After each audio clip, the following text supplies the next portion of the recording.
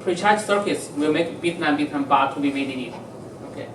But during the sensing, for example, if the bit 9 decay by delta V and bit 9 bar still maintain at bit 9. So before you develop this kind of voltage difference, the SE signal is off. Okay. So that means this circuit is floating. So it's a cross-coupled inverter, but there's no path to the ground. So this circuit is floating. Once you create the difference delta V between bit 9 and bit 9 bar, then you enable the SE here.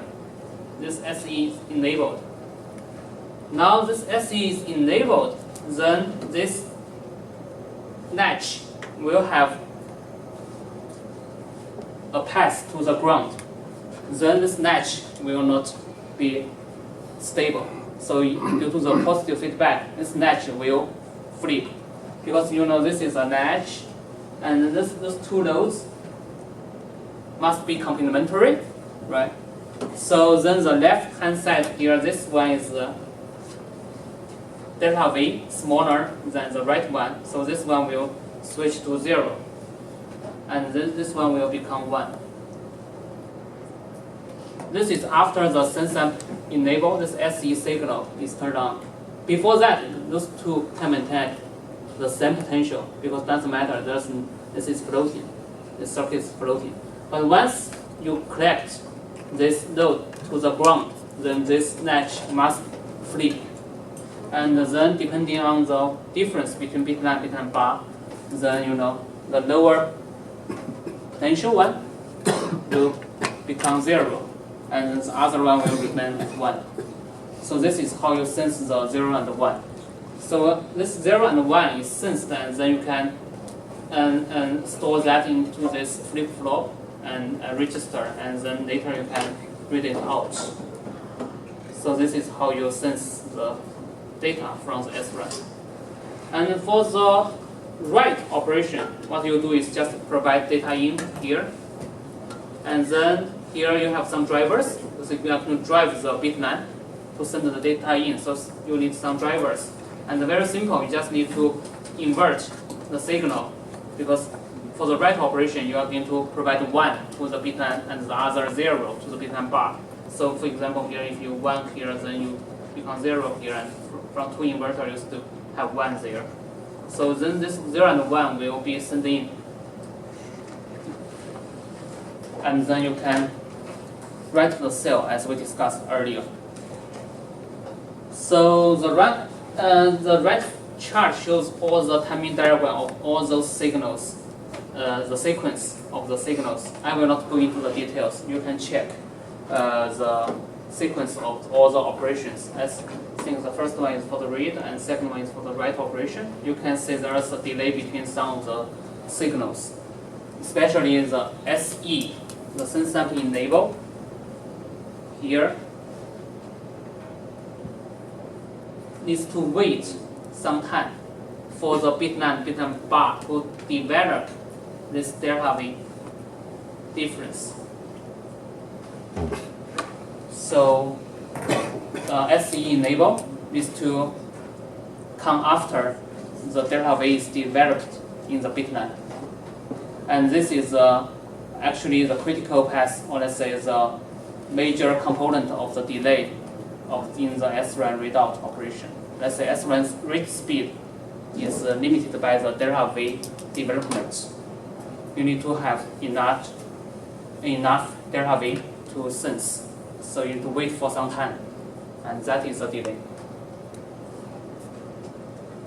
Okay, so any questions here?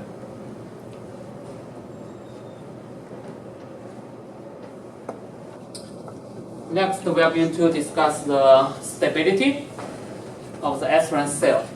So basically, the stability against the noise. And we have two kinds of stability. First one is a static analysis. And then we are going to discuss a dynamic analysis. Now let's start with the static analysis. So static analysis assumes that the noise to the memory array will last forever. Okay. So static means the noise, there will be a constant noise. And of course, this is not the practical scenario, but this will be the worst case. So let's start with this static analysis first. And we are going to discuss two methods. The first one is the butterfly curve. You have seen that butterfly curve before, but we can use that to estimate the static noise margin, the SRAM. And then we are going to introduce a second method, which is called N-curve. So let's start with the butterfly curve first. And you have seen this before. So let's say for the hold operation, the pass gate are off. You only have the coupled inverter in the middle. And here you have this two coupled inverter like this. And we have the butterfly curve. So let's say the red curve corresponds to the inverter to the right, and the blue curve corresponds to the inverter to the left, and they are cross-coupled. So the input and output are exchanged if you look at those two inverters. And we discussed before, we have those two stable points and one meta-stable point in the middle. So this is the butterfly curve. And if we think about the noise, so typically you can think that is a disturbed voltage to the N1 or N2 node. You add some noise voltage source to the N1 or N2 node. So if you add voltage to the N1 or N2 node, equivalently it's like that you shift this VTC voltage transfer curve to the, let's say, to the right if the noise is positive. So, for example, if you add the noise source V1 and V2 to the N1 and N2 respectively, then the VTC curve is going to shift by this V1 and V2. So eventually, if the noise is large enough, you will only have one intersection between those two curves. That means the data must stay in the stable point A. So no matter what data you store before, then you must end up with the stable point A. That means if initially your data is in the other stable point, now it's flipped to the stable point A. So that means the data is disturbed, and this noise actually flipped your data. So this is because this circuit will only have one stable point. That means you are definitely end up with this A. So if you look at this, you can imagine that the maximum noise you can have is this square. And then the side of the square, we call it static noise margin. So this is the maximum noise you can tolerate before you flip the data. And this square is defined as the largest square you can fit into these two curves, this blue and red curve, and then you need to find the largest square. It's not the square like how to draw that. You make it as a square, and then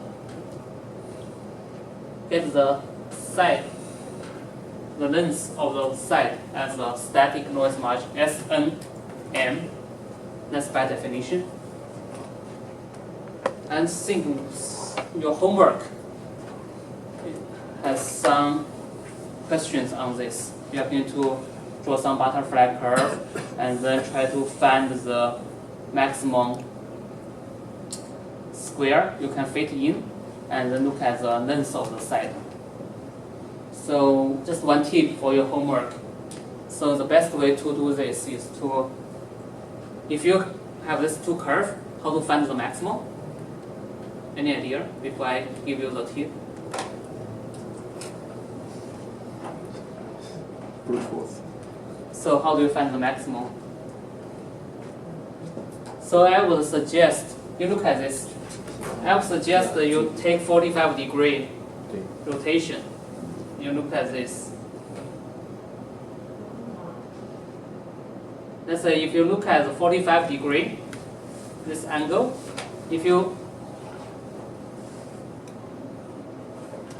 let's say use, after you rotate, and you use the red curve's data point minus the blue curve's data points, then you can get the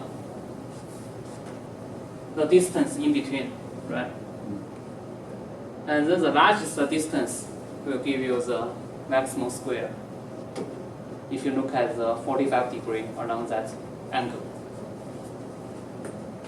Okay. So, Professor, you will provide the function of the curve in homework, right? Not really. You check that homework. Maybe you have to draw that, I guess. If I recall correctly for that homework, you are going to plot this. Yeah, using maybe MATLAB or whatever. So, yeah.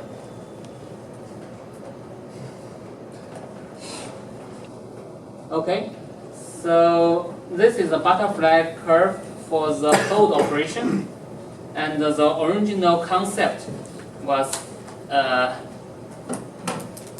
derived in this paper, this 1987 paper in the JSSC, Journal of the Solid State Circuits. So you can check that paper. It has the analytical equations for the SRAM using some simple IV equation. So you can check the original concept of this SRAM. And then this is the SRAM for the hold operation. And sometimes if you have the mismatch between those two transistors, let's say the two pair of the inverters, which is often the case, right? Due to the process variation, the transistors are not exactly the same. So you will have mismatch between those two inverters. If you have a mismatch, when you draw this butterfly curve, it may not be symmetric. So that means maybe it's something like this. So then this one is smaller than that one. Okay. If you have a mismatch. So then it says that we are going to pick the smaller one as the lowest margin, because that is more conservative in the design. You need to take the smaller one between those two as the static lowest margin.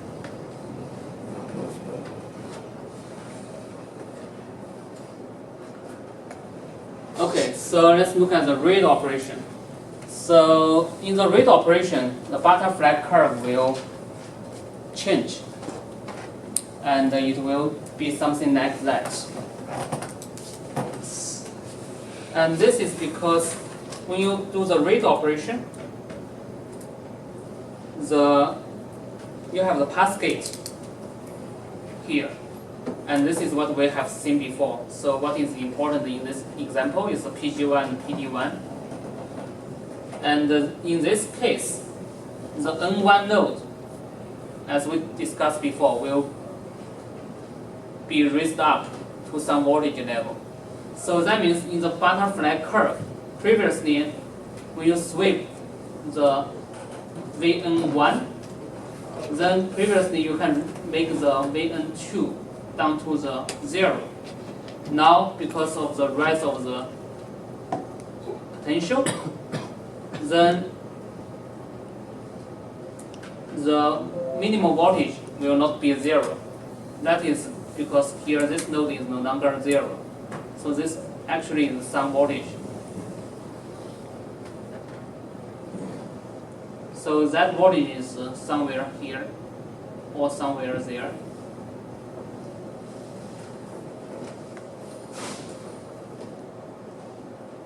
And then you can see that the square will become smaller. So this is called the static noise margin for the read operation.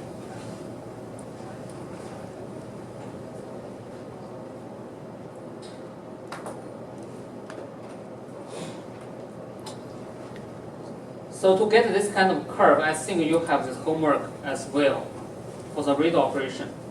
So what you want to do is to simulate 3 transistors like this.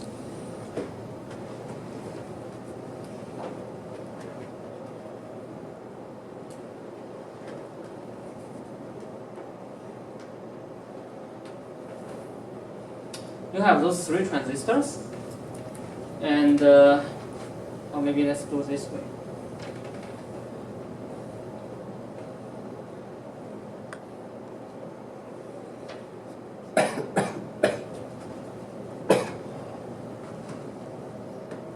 So you have those 3 transistors like this, and previously when you do the VTC curve, you only have 2 transistors.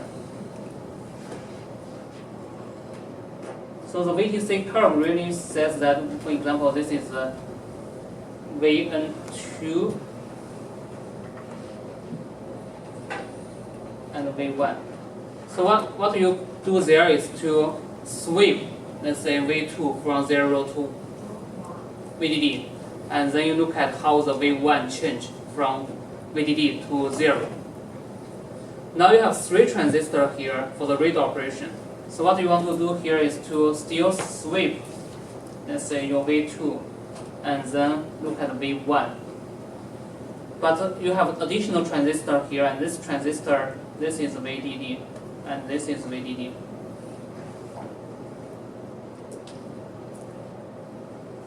So if you run the SPICE simulation, you are going to build up this kind of circuits, and then you sweep the V2 from 0 to VDD, and then you look at how the V1 change from VDD to, now it's not to 0, now it's VDD to some value here, because you cannot reach 0.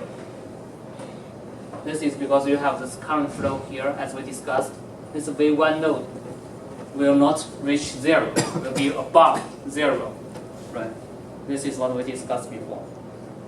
But to run that VTC curve, you need to consider 3 transistors like that. Is the V1 purple or red, or it doesn't matter? Doesn't matter. Yeah, you can think either way. Actually, I'm talking about here. I think if you sweep, let's say, V2, actually this corresponds to the blue curve. I mean this. Yeah, I think This part corresponds to the blue curve. Yeah. Yeah. So because here we sweep V2 from 0 to 1, and then the V1 will decay from 1 to some value here. Yeah, because this is half circuits, right?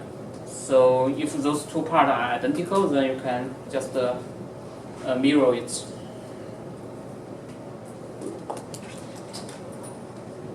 I think you have homework on this as well.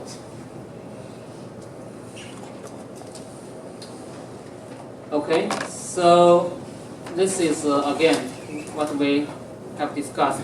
Typically, the rig SMM will be smaller than the hold SMM because the low level now is raised by the cascade. Previously, for the hold operation, you will have this, so you have larger square. Now you have a smaller square. So typically, when we talk about the SMM, we are talking about the SMM for the read operation because that's a worse case than the hold operation. This is also true if you think that during the read operation, the SRAM cell is easier to be disturbed than the hold operation. Because in the hold operation, then the pass gates are off, then you only have the middle 4 transistor. They're isolated from the outside, right? So it's more stable. But during the read operation, because the pass gates are turned on, so then the pass gates are actually charging. For example, the N1 node will receive the current from the bitmap. So then you will have more chance to flip, because N1 node is already somehow kind of disturbed by that charging current. If now you have additional noise, then it will be easier to flip, because N1 voltage is already increased a little bit. If you have noise, further increase that a little bit, then the N1 will go up and N2 will go down. Yeah, I'm curious, but didn't read and write state only like nanosecond scale? Yes. Do we worry about in that short of time the noise will Yes. cause any? Yes. Okay. But that's a good point. Here we are talking about the static analysis. So we assume the noise is there forever. But later we will talk about the dynamic analysis. We really consider short pulse. And then the situation will be better than this. But still, there will be some chances you have the disturb. Especially for today's small scale, nanoscale transistor VDD is not that high and the transistor variation is large, so the design is quite challenging actually. You just want to consider the worst case. Yeah, of course, not every cell you are talking about the bit error rate. We are talking typically for the memory array, like the yield, and then we are talking about the bit error rate. Within one memory array, let's say what is your bit error rate? That means the percentage of the error over the entire array for the read and write operations, right? Typically, we need to have 10 to power minus 4, 5, or 6. Let's say one cell out of 1 million. This kind of error rate. So of course we will have the ECC. Even you design that for this kind of error, low error rate, you have to make sure it's always right every time. So that in the memory circuit design, always there will be error correction code to basically correct your errors. We are not going to discuss that in this lecture for the error correction. So that is more architecture system level topic. You always will have the dummy codon, or let's say parity bits, to recover any possible errors in the operation. Okay, so this is the read. And then if you look at this butterfly curve during the read operation, actually some of the design parameters will affect the shape of this curve. For example, the beta ratio. We talk about the beta ratio. If you still remember, it's a pull down transistor W over L divided by the pass gate transistor W over L. And if you have a larger beta ratio, then you're going to have steeper transition here. Because the beta ratio is a pull down transistor over the pass gate. If you have a larger pull down transistor, you're going to pull down this faster. So you are going to have a steeper slope, which will make this larger. If you have a slope like this, you can see that the square will be smaller.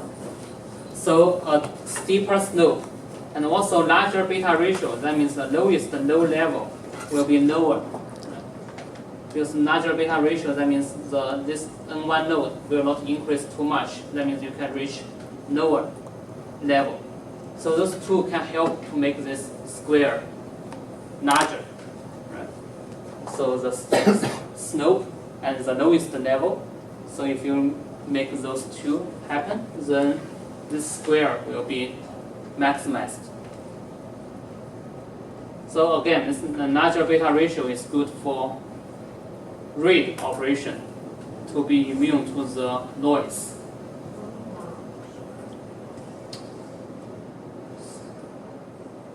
And for example, this is true. This is some SPICE simulation results for an old technology. So this is at 2001. So probably it's like than 30 nanometer old technology. So the power supply like 2 volts or 25 volts. But the trend is clear. You can see that as you reduce VDD, then the static noise margin will reduce. This is understood because you see if you lower down the VDD, then of course, then the curve will become something like this. Then the square will become smaller. But you can change the beta ratio in the design. So you want to maintain a little bit larger beta ratio. So to maintain the SMM, so here you can see that this beta ratio directly determines the SMM for a given VDD.